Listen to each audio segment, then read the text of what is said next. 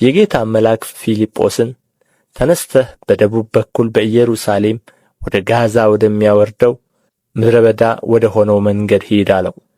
ተነሥቶም ሄደ። እነሆም ህንዴክ የተባለች የኢትዮጵያ ንግሥት አዛዥና ጃንደረባ የነበረ በገንዘቧም ሁሉ የሠለጠነ አንድ የኢትዮጵያ ሰው ሊሰግድ ወደ ኢየሩሳሌም መጥቶ ነበር። ሲመለስም በሰረገላ ተቀምጦ የነቢዩን የኢሳይያስን መጽሐፍ ያነብ ነበር። መንፈስም ፊልጶስን ወደዚህ ሰረገላ ቅረብና ተገናኝ አለው። ፊልጶስም ሮጦ የነቢዩን የኢሳይያስን መጽሐፍ ሲያነብ ሰማና በውኑ የምታነበውን ታስተውለዋለህን አለው። እርሱም የሚመራኝ ሳይኖር ይህ እንዴት ይቻለኛል አለው። ወጥቶም ከእርሱ ጋር ይቀመጥ ዘንድ ፊልጶስን ለመነው። ያነበውም የነበረው የመጽሐፉ ክፍል ይህ ነበረ። እንደ በግ ወደ መታረድ ተነዳ፣ የበግ ጠቦትም በሸላቹ ፊት ዝም እንደሚል እንዲሁ አፉን አልከፈተም።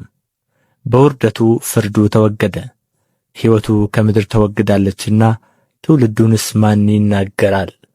ጃንደረባውም ለፊልጶስ መልሶ እባክህ ነቢዩ ይህን ስለ ማን ይናገራል? ስለ ራሱ ነውን ወይስ ስለ ሌላ አለው። ፊልጶስም አፉን ከፈተ። ከዚህ መጽሐፍ ጀምሮ ስለ ኢየሱስ ወንጌልን ሰበከለት። በመንገድም ሲሄዱ ወደ ውኃ ደረሱ። ጃንደረባውም እነሆ ውኃ እንዳልጠመቅ የሚከለክለኝ ምንድን ነው አለው። ፊልጶስም በፍጹም ልብህ ብታምን ተፈቅዶአል አለው። መልሶም ኢየሱስ ክርስቶስ የእግዚአብሔር ልጅ እንደሆነ አምናለሁ አለ። ሰረገላውም ይቆም ዘንድ አዘዘ።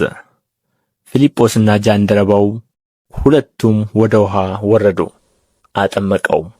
ከውኃውም ከወጡ በኋላ የጌታ መንፈስ ፊልጶስን ነጠቀው። ጃንደረባውም ሁለተኛ አላየውም፣ ደስ ብሎት መንገዱን ይሄድ ነበርና። ፊልጶስ ግን በአዛጦን ተገኘ። ወደ ቂሳርያም እስኪመጣ ድረስ እየዞረ በከተማዎች ሁሉ ወንጌልን ይሰብክ ነበር።